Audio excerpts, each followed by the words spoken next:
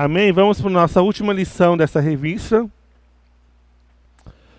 Lição 13. Partilha e legado. Então nós vemos aí a sucessão de Moisés por Josué.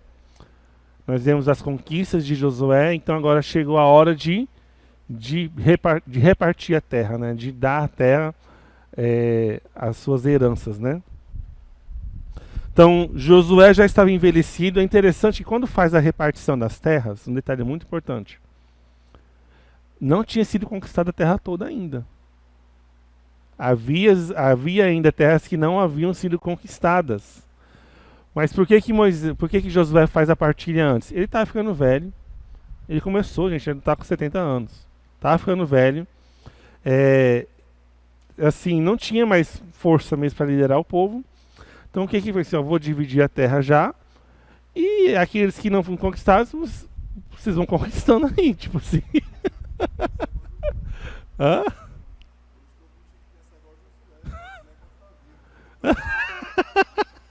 Exatamente. Uhum. Então assim, ele faz essa demarcação da terra. Tanto é que a terra de Caleb é uma terra que Caleb teve que conquistar depois, né? Depois da morte de Josué. A ordem foi que Josué demarcasse o território de cada tribo e que elas ocupassem a terra e expulsassem o restante dos cananeus. Então assim, olha gente, essa terra aqui é de vocês, essa é de vocês, tem gente lá, então entra lá, expulsa e fica na terra. Tipo assim, cada um se vira com a sua terra agora, já reparti, já não é comigo, a bagaça não está mais comigo, vocês se virem aí, né? E é interessante que a partilha da terra, vocês lembram que nós estudamos que quando Jacó vai abençoar os filhos, ele vai falando sobre as bênçãos de cada filho, e a repartição das terras, que foi feita por sorte, foi sorteada, casa certinho com as bênçãos que o próprio Jacó tinha ministrado sobre seus filhos. Uma dessas é que a tribo de Manassés e Efraim, vocês lembram que Jacó deu porção dupla para José. Essa é a bênção do primogênito, que não é José, era outro. Mas quem recebe a unção do primogênito é José, que ele vai receber uma porção dobrada. É o que aconteceu, porque os filhos dele receberam herança. Nós temos a tribo de Manassés e a tribo de Efraim. Não existe tribo de José na repartição das terras. Tem a tribo de Efraim e a tribo de Manassés. Manassés fica com uma parte enorme a leste do Jordão e a outra metade ainda fica com uma parte enorme a oeste do Jordão. Então, somando Efraim e Manassés, são os maiores territórios de Israel na divisão da terra, né? Então a gente vê aqui a porção de Rúben, aqui fala, né? Por ter se deitado com Bila, perdeu o direito de primogenitura. Então Rúben, que é o filho mais velho de Jacó, ele dormiu com uma das concubinas de Jacó. Então ele perde o direito de primogenitura e esse direito é passado para José. Como eu falei, temos a porção de Efraim e de Manassés, né? Que eu acabei de explicar. Temos a porção de Zebulon. Conforme a bênção de Jacó, eles ficaram ao norte e tinham saído para o mar Mediterrâneo, né? Eles seriam pescadores, por isso eles ficaram no mar. Nós temos a porção de Simeão e de Levi. É interessante sobre Simeão e Levi, é que Simeão e Levi, vocês lembram que teve um episódio de que os filhos de Jacó atacam um povo porque eles dormiram com Diná, que é a irmã deles? Então, Simeão e Levi foram se vingar. E porque fizeram isso, a sentença de Jacó sobre eles é que eles não herdariam terra e ficariam dispersos entre seus irmãos. E é o que acabou acontecendo. Levi se torna uma tribo sacerdotal, não recebe uma porção de terra, mas recebe cidades espalhadas por todo Israel. Então por que fala 12 tribos? Então você tira Levi, então fica 11, né? Você tira José, fica 10. Aí você coloca os dois filhos de José, Efraim e Manassés, e ainda mantém 12 tribos que recebeu herança.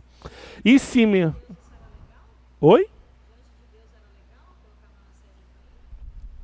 Sim, porque quando Jacó foi dar a bênção, ele decidiu dar uma porção dupla para José e falou assim: ó, os seus filhos receberão herança como se fossem meus filhos.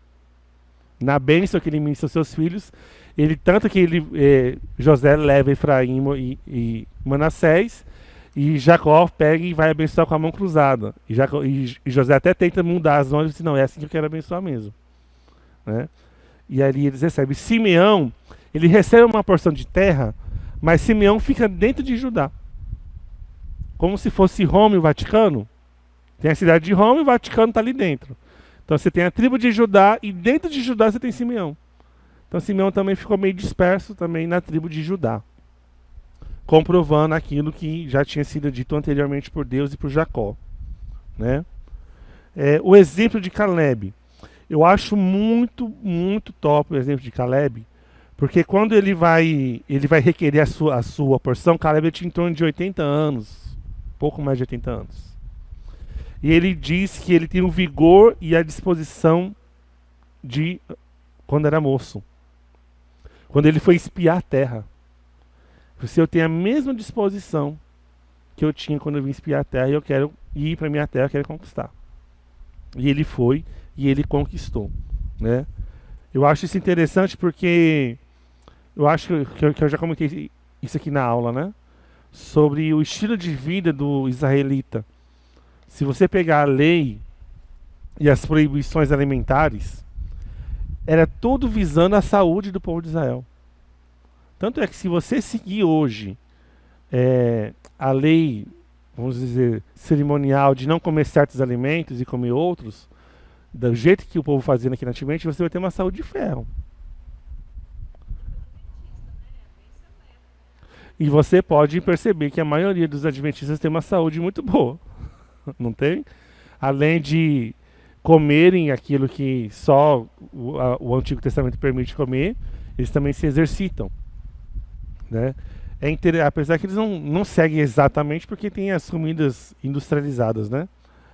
Mas se a gente seguir aquele estilo de vida que eles tinham, a gente vai ter uma saúde de ouro. É que a gente, tipo, a carne de porco. Hoje a gente tem como as pessoas criam porco, a gente sabe de onde vem a carne de porco, a gente frita, cozinha bem, porque tem muita bactéria. Naquela época, a gente não existia isso.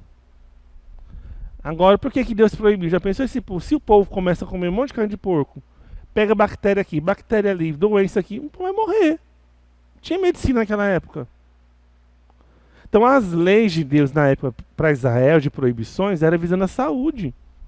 Por que a circuncisão? Porque o excesso de pele no órgão genital masculino pode causar doença e infecção. Eles não tomavam banho igual nós tomamos banho hoje. A higiene era outra. Então os homens morreriam muito cedo.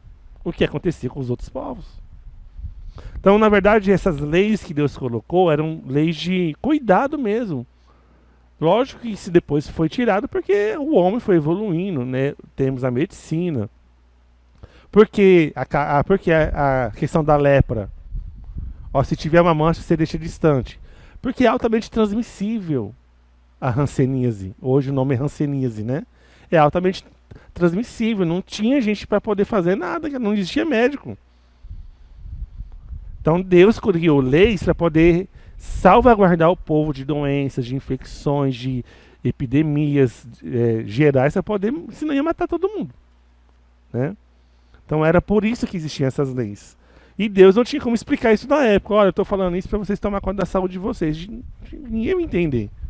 Então, era mais fácil Deus dizer: vocês não fazem, que isso aqui é pecado. Que o povo não fazia. Apesar que às vezes ainda fazia. Como o povo rebelde. Né? Então a gente vê aqui, ó, Josué vai e luta contra gigantes. Né?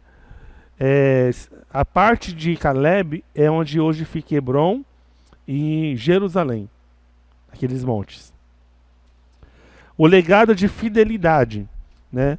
É interessante que Josué reconheceu que Yahvé, que Deus estava com eles do início ao fim e que a fidelidade era a base da vitória que eles tinham. Josué tinha isso muito firmado na sua cabeça, de que todas as conquistas deles, tudo que eles conquistaram até ali, era por causa da fidelidade a Deus. Foi o que ele aprendeu com Moisés.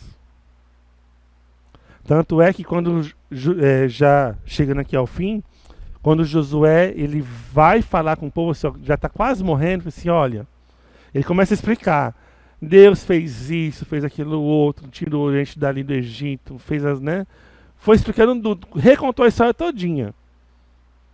Aí ele pega e fala assim no final, agora vocês decidem o que vocês querem fazer de vocês. Se vocês querem servir aos deuses dessa terra, ou se vocês querem servir a Deus. Vocês, olha, a gente só conquistou, só chegamos aqui porque Deus estava com a gente, porque a gente foi fiel. Agora vocês decidem se vocês vão continuar fiéis a Deus ou se vocês vão se render aos deuses daqui. Aí ele termina com aquela frase que todo mundo conhece, né? Porém, eu e a minha casa serviremos ao Senhor. Vocês decidem o que vocês quiserem. O que Josué fez? Assim, ó, tipo, eu já estou morrendo, minha casa já vai servir a Deus mesmo. Vocês têm terras para conquistar. E para vocês conquistar, vocês precisam ser fiéis a Deus. Vocês decidem o que vocês querem.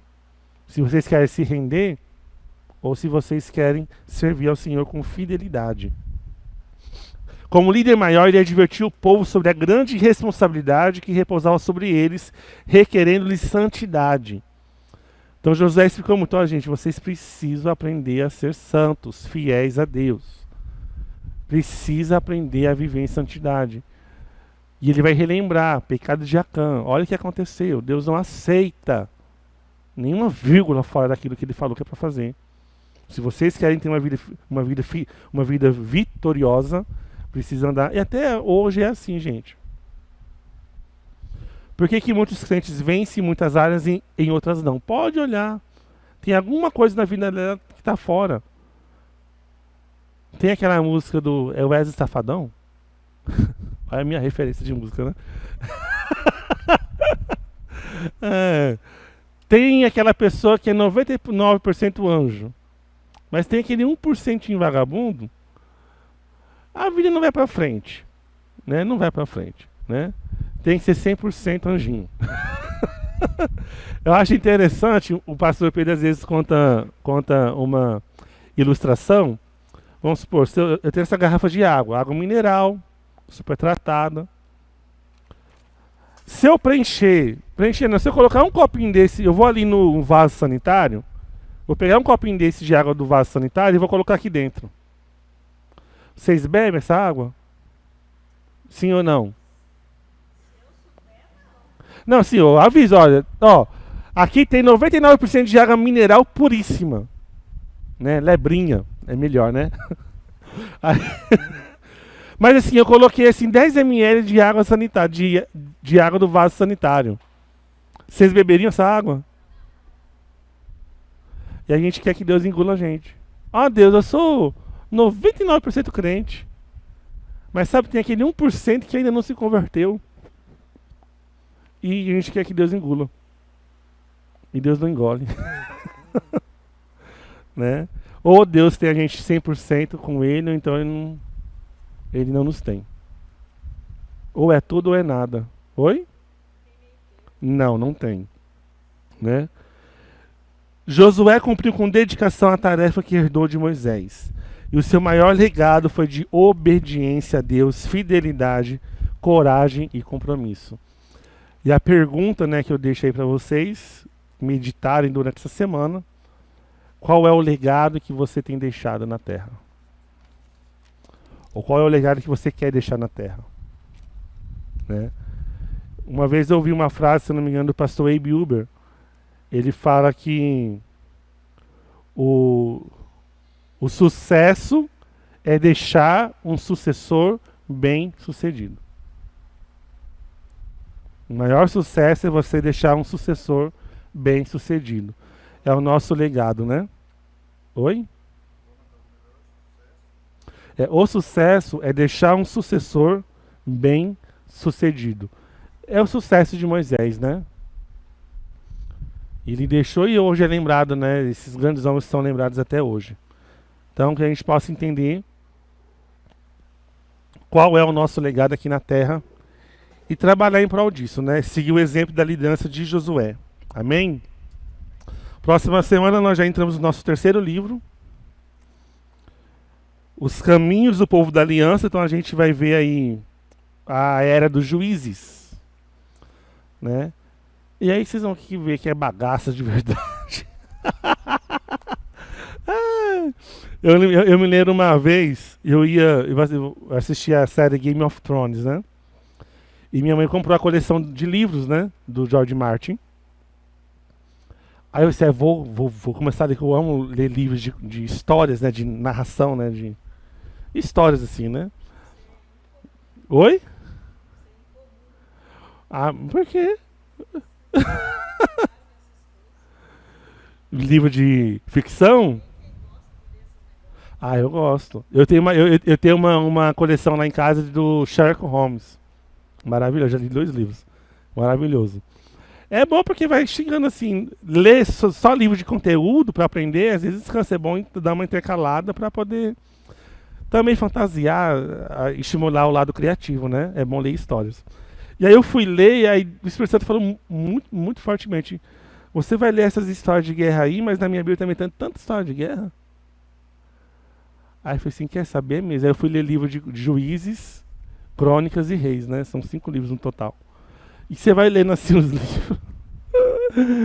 E se você ler corrida assim, gente, é umas histórias meio cabulosas, assim, gente. Nem a ficção consegue imaginar aquilo que aconteceu, né? Então, por aí a gente já vê como que a história é real, porque nem a ficção consegue inventar aquilo que foi escrito ali. Amém? Coloque-se de pé, vamos orar.